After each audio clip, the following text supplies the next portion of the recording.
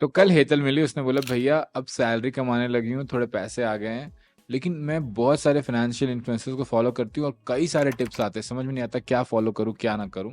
तो आपने अपने लाइफ में क्या किया?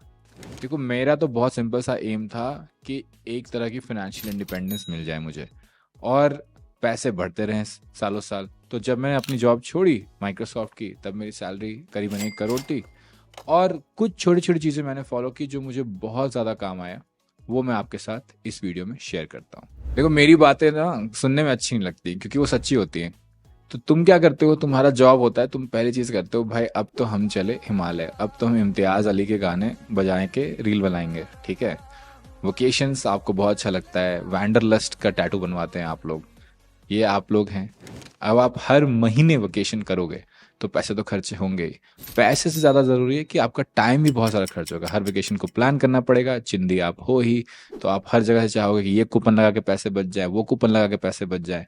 तो आपका टाइम और पैसा दोनों जा रहा है हर महीने। और mind space, oh my God, आप एक वेकेशन से निकलते हो और दूसरा वेकेशन प्लान करने लगते हो और यही आपकी कॉन्वर्सेशंस होती रहती हैं क्योंकि आप उनके साथ हैंग आउट भी करते हो, उन ग्रुप्स को भी ज्वाइन कर लेते हो। तो you become very vacation centric after you join a job. और ये सबसे बड़ी फाइनेंशियल मिस्टेक है।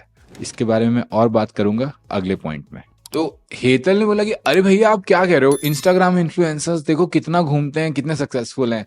ये सक्सेस को घूमने से कैसे कंफ्यूज कर सकती हो हेतल?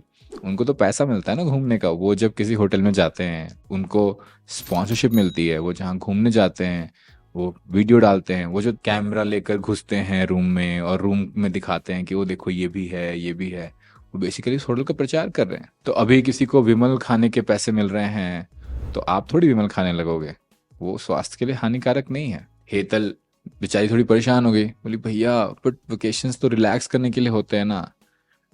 मैंने बोला भाई तुम इतना थक किस चीज से रहे हो? 8 घंटे 9 घंटे 10 घंटे की जॉब होती है, 5 दिन जॉब करते हो, 2 दिन छुट्टी रहती है, मेंटल जॉब है। ऐसा भी नहीं है कि तुम्हें दिन रात कोई मारे जा रहा है चाबुक से। और हर महीने कैसे थक जाते हो? अगर हर महीने थक जा रहे हो उसका मतलब तुम अपना जॉब इंजॉय नहीं कर रहे हो। जॉब इंजॉय करोगे तो उससे एनर्जी मिलेगी, वो अपने आप में रिलैक्स, बॉडी और माइंड को रिलैक्सेशन चाहिए। बट कहीं और जाके पहाड़ के कोने पे समुद्र के किनारे ऐसे ही क्यों मिलता है रिलैक्सेशन आपको? अगर सिर्फ यही रिलैक्सेशन मिल रहा है तो मतलब आपकी जॉब अच्छी नहीं है। तो ऐसा था क्या हेतल? भैया जॉब तो अच्छी है लेकिन समझ में नहीं आता कभी कभी, तो मैं हर महीने कुछ कुछ थोड़ा प्लान तो कर लेती हूँ। तो मैं हेतल को बोला देखो हेतल, वेकेशन पे जाना बुरा नहीं है बट एक हार्ट बीट होनी चाहिए उसके कि 3 महीने में 6 महीने में एक बार जाएंगे। यहाँ आपका अगेन टाइम और पैसा दोनों जा रहा है और आप जिन इन्फ्लुएंसर्स को फॉलो कर रहे हैं उनको इससे पैसे मिलते हैं, आप अपने पैसे खोते हैं। फिर हेतल ने बोला कि भैया तो मेरे फ्रेंड की शादी है तो मैं उसकी शादी में जाऊं। तो देखो ये एक और बड़ी मजेदार चीज है। अब तुमने जब कमाना शुरू किया, अब 2-4 साल में एक एक करके तुम्हारी सारे फ्रेंड्स की शादी होनी शुरू होगी और तुम्हें फोटो देख के फोमो होगा। तो तुम क्या करोगे? मान्यवर में जाके बढ़िया कुर्ता खरीदोगे 3-4, उसके बाद फ्लाइट टिकट्स कराओगे, उसके बाद छुट्टी लोगे, फंक्शन को अटेंड करना चाहेंगे, अच्छा रील बनाना चाहेंगे क्योंकि आपको क्या, आपको तो दूसरे को दिखाना है कि देखो मेरी लाइफ कितनी औसम है ना। इसमें इतना पैसा, शादी इंडस्ट्री में आपका इतना पैसा इतना टाइम खर्च होता है और आप कैसे खुद को कन्विंस करते हो कि अरे यार दोस्त की शादी में नहीं जाए? अरे जाओ, बिल्कुल जाओ। बट ये 50 दोस्त की शादी में कैसे जा सकते हो? How can you have 50 close friends? तो क्लोज वर्ड का मतलब ही खत्म हो जाता है ना अगर 50 हो तो। 2 3 4 जो तुम्हें लगते हैं कि लाइफ टाइम फ्रेंड्स हैं, स्पेशली वो फ्रेंड्स जो तुम्हारे सुख से ज्यादा दुख में खड़े रहे, उनको आइडेंटिफाई कर लो, उनकी शादी में जाओ। बाकी लोगों को बोलो कि नहीं भैया हमें तो कुछ और भी करना है जिंदगी में। सारा टाइम पैसा माइंड स्पेस अगर हम शादी के शेरवानी और लहंगे में ही खर्च कर देंगे तो हम आगे कैसे बढ़ेंगे? भैया मैं तो छुट्टी में ही जाती हूँ ना, मैं थोड़ी ऑफिस छोड़ के जा रही हूँ। यहीं पे हम थोड़े इंडियंस जो है ना थोड़े ड्यूटी वाले माइंडसेट वाले हो जाते हैं कि हमें लगता है कि 8 घंटा जो हमने टाइम ऑफिस को दिया या 10 घंटा जो हमने टाइम दिया ऑफिस को, इस यही है हमारा काम। बट ऐसा नहीं है। तुमने जो 10 घंटे दिए हैं उससे तुम्हारा एक टाइम वैल्यू ऑफ मनी निकलना चाहिए। तुम जैसे पहले मेरा था 500 रुपीज पर आवर जब मैंने फ्रीलांसिंग शुरू की थी, अभी कुछ साल पहले वो $100 एन आवर हो गया, अभी $200 एन आवर हो गया कुछ उसके उसके थोड़े दिन बाद। तो आपको अपने घंटे का एक वैल्यू होना चाहिए। ऐसे ही कहीं भी मुंह उठाए गाय भैंस बकरी की तरह नहीं पहुंच जाना चाहिए इंसान को। जब आप एक टाइम वैल्यू डालोगे, जैसे मान लो आपने 500 रुपये डाला 1 घंटे का, आपको लगता है कि मेरे टाइम का ये वैल्यू है, तो अगर तुम्हारे टाइम का वो वैल्यू है, तो अगर पंखा लगाना है, कांटी ठोकना है, बल्ब लगाना है, तो आप उन चीज़ों को आउटसोर्स कर सकते हो। आप एक कुक रख सकते हो ताकि आपको रोज खाना ना बनाना पड़े। आप एक बाई रख सकते हो ताकि आपको रोज बर्तन ना साफ करने पड़े। लेकिन ये तभी होगा जब आप टाइम को सीरियसली लोगे। जब आप टाइम को सीरियसली नहीं लोगे, ये पैसे खर्च करोगे इन चीज़ों पे, तो आप उस टाइम में क्या करोगे?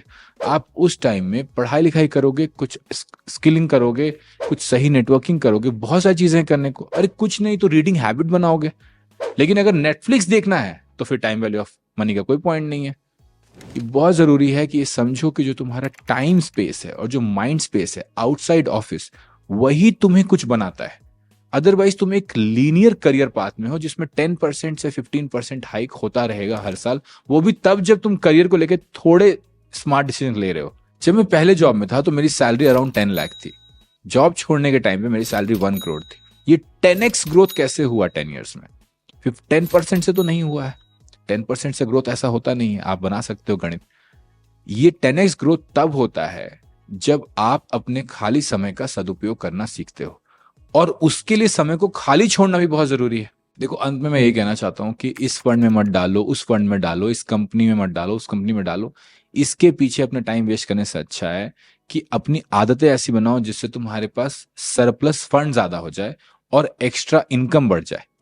ये दो चीजें करोगे तो ये 1% 2% के चक्कर में जो पड़े रहते हो ना, क्योंकि उतना ही मार्केट से तुम उतना ही ऊपर नीचे खेल पाओगे ऑन एन एवरेज। अगर 10 ईयर्स देखोगे तो किसी का 12% रिटर्न है, किसी का 14% रिटर्न है, 2% का अंतर होता है। तुम्हें उससे बहुत ऊपर उठना है, तुम्हें 100-200% रिटर्न लाने हैं लाइफ में। और वो रिटर्न आता है जब आप माइंड स्पेस और टाइम स्पेस के बारे में सोचना शुरू करते हैं, ना कि ये छुट्टे भैया कहते हैं पान गुटका वाले फाइनेंशियल टिप्स के बारे में सोचते हैं। तो इस वीडियो से आपने क्या सीखा बताएं मुझे कमेंट में। आपके पास दो ऑप्शन है, ऑप्शन ए कि आप ज्यादा पैसे कमाएं, या ऑप्शन बी छोटे छोटे पर्सनल फाइनेंस के टिप्स फॉलो करते रहें और 1-2% का मार्जिन करते रहें। ए जाएंगे आप या जाएंगे आप बी? अरे वो जो वेकेशन का टिकट कैंसिल करने जा रहे हो, थोड़ा 1 सेकंड रुको, सब्सक्राइब करते जाओ, लाइक करते जाओ और अपने दोस्तों से शेयर भी कर देना।